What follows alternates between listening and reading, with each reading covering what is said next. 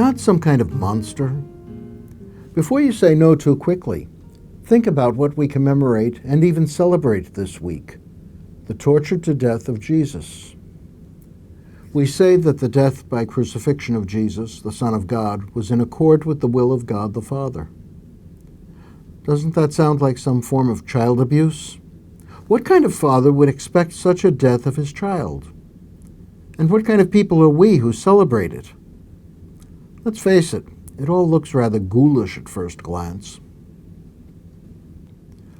We might try to avoid the issue by saying that the crucifixion of Jesus was some sort of accident that was not part of God's plan, or that it was the inevitable result of Jesus' confrontation with the religious and political authorities of his day.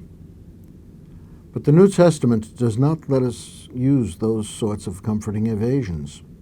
The entire message of the Scriptures is that in going to the cross, Jesus was fulfilling the Father's will. His whole life was a way of the cross to Calvary. Jesus is not the good teacher and healer who was murdered. He is the crucified one who taught and healed. That is the reason the cross is the symbol of Christianity. Ours is the religion of the cross. But why? Why do we say that the death of Jesus, rather than, for example, his healing the sick, is the source of salvation? Wasn't the incarnation, the coming of God the Son among us as one of us, enough? What is the link between his death and our liberation from sin? Perhaps the place to begin thinking about it is to see if there might be some sort of link between death and sin. We often say that death is a result of sin, a punishment for the basic estrangement we have from God, each other, and our true self, that we call original sin. But what if it were the other way around? What if sin were a result of death? Clearly, death is a part of life. All living beings die, even those that do not sin. Death is built into creation. It's the engine that drives evolution, with species and individuals dying to make room for yet others. However, most of creation does not know that it will die.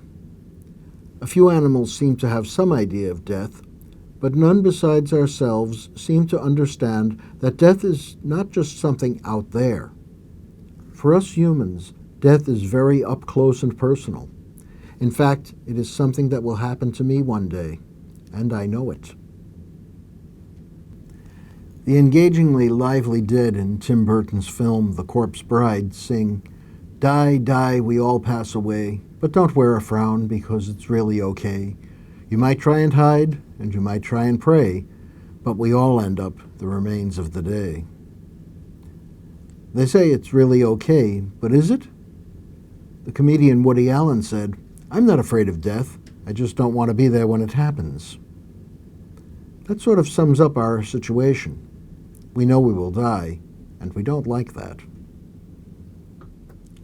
So we do all sorts of things to hide from death and all the limitations that remind us of it in various ways. We become obsessed with looking after number one.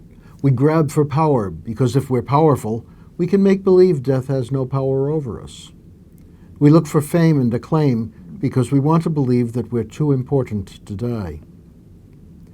In fact, those were the temptations Jesus faced in the desert.